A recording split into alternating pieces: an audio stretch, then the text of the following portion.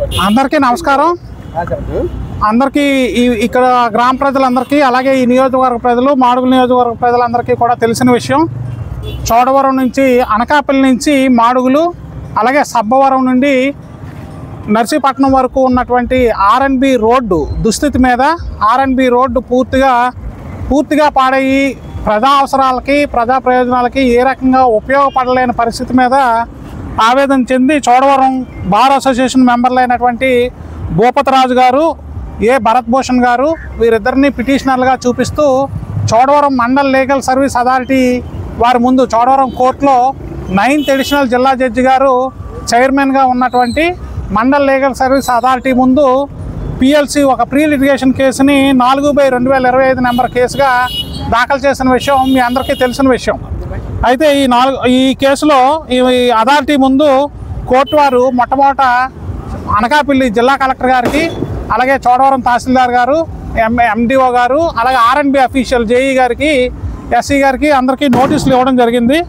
అది జూలై 2025 నుంచి కూడా ప్రతి వాయిదాకి ఈ అధికారులను సమన్ చేయడం, ఈ రోడ్డు పరిస్థితి మీద ఆరా తీయడం అలాగే మానిటర్ చేసిన దాని మీద వారు దఫాలుగా 26/7/2025 నుంచి 23/8/2025 అలాగే దఫాలుగా కోర్టుకు హాజరయ్యి ఎప్పటికప్పుడు రోడ్డు పరిస్థితి మీద వారు తీసుకున్నటువంటి చర్యల్ని కోర్టుకి నివేదించడం మీ అందరికీ తెలిసిన విషయం.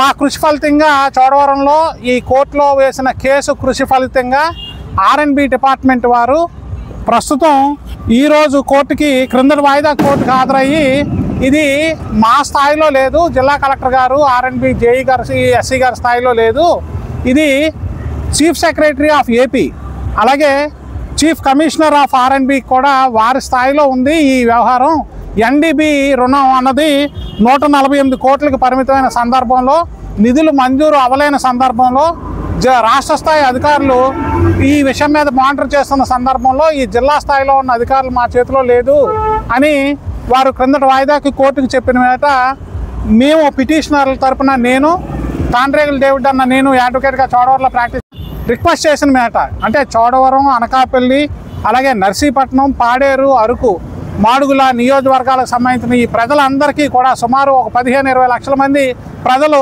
తమ దైనందిన జీవితాలకి ఈ రోడ్డు మీద ప్రయాణం చేసే సందర్భాల్లో విద్యార్థులు కాలేజీలకి స్కూల్కి వెళ్ళే సందర్భాలు, రోగులు హాస్పిటల్కి వెళ్ళవలసిన సందర్భాలు, ఉద్యోగులు ఉద్యోగాలకు వెళ్ళే సందర్భాలు అందరూ కూడా ఈ రోడ్డు మీద ఆధారపడి ఈ రోడ్డుకున్న ప్రస్తుత పరిస్థితులు పూర్తిగా పాడైన కారణంగా అందరూ ఇబ్బందులు పడుతున్న సందర్భాల్లో ఈ వాహనదారులు కానీ ఈ విషయాలన్నింటినీ కూడా కోర్టుకి సమర్పించిన మీదట క్రిందటిసారి ఈ మండల్ లీగల్ సర్వీస్ అథారిటీ వారు చీఫ్ సెక్రటరీ ఆఫ్ ఏపీ గారికి అలాగే కమిషనర్ ఆఫ్ ఆర్ఎన్బి గారికి కూడా నోటీసులు జారీ చేసి వారిని ప్రత్యేకంగా వివరణ అడగడం జరిగింది. ఈ రోడ్ల పరిస్థితి మీద వారి తాలూకా రివ్యూ, వారి స్టాండ్ ఏంటన్నది స్పష్టంగా కోర్టుకి చెప్పలేని సందర్భంలో ఈ విషయాన్ని హైకోర్టు వారికి కూడా నివేదిక రూపంలో సమర్పిస్తామని కోర్టు వారు స్పష్టమైన డైరెక్షన్స్తో నోటీసులు ఇచ్చారు. ఆ నోటీసులు ఇచ్చిన ఫలితంగా ఈరోజు కోర్టుకి ఆర్ఎన్బి ఈఈ గారు అలాగే ఆర్ఎన్బి ఎస్సీ గారు డిపార్ట్మెంట్ తరఫున హాజరయ్యి వారు చెప్పిన విషయం ఏంటంటే నిధులు మంజూరయ్యాయని, రోడ్డు వేయడానికి నిధులు మంజూరయ్యాయని, ఈ రోడ్డుని వచ్చే సంవత్సరం మార్చి నెలాఖరులోపు ఈ రోడ్డును కంప్లీట్ చేస్తామని కోర్టుకి వ్రాతపూర్వకమైన హామీని ఇవ్వడం జరిగింది. ఈరోజు ఈ మండల్ లీగల్ సర్వీస్ అథారిటీకి వ్రాతపూర్వకమైన హామీ ఇవ్వడం జరిగింది.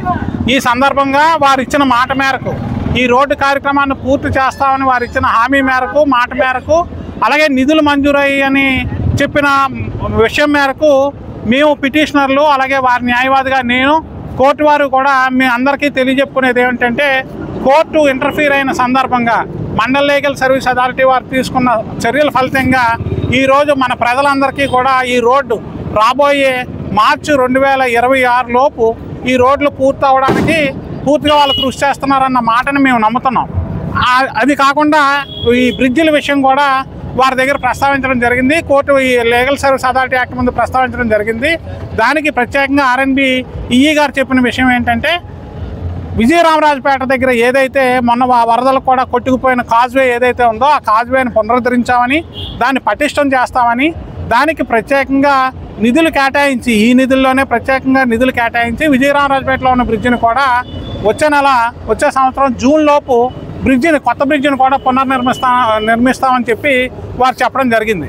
అయితే వడ్డాది బ్రిడ్జి వరకు కూడా మేము కోరడం జరిగింది. వడ్డాది బ్రిడ్జి గురించి 26 కోట్ల రూపాయలతో ఎస్టిమేషన్స్ గవర్నమెంట్ సమర్పించినట్టుగా గవర్నమెంట్ అనుమతి వచ్చిన వెంటనే ఆ వడ్డాది బ్రిడ్జిని కూడా చేస్తామని వారు చెప్పడం జరిగింది.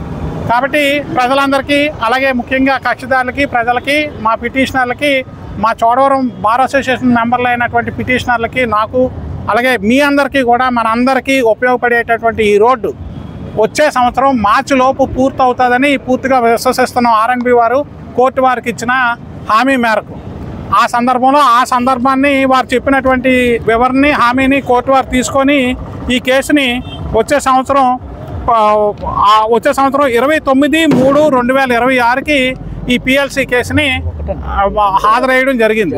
కాబట్టి ఈ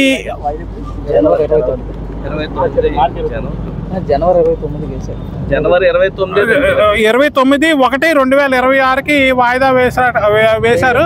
కాబట్టి 29/1/2026కి ఈ రోడ్డు తాలూకా ప్రోగ్రెషన్ చూసుకొని నెక్స్ట్ వారి మీద తదుపరి చర్యలు తీసుకుంటామని మీ అందరికీ తెలియజేసుకుంటున్నాం. Thank you.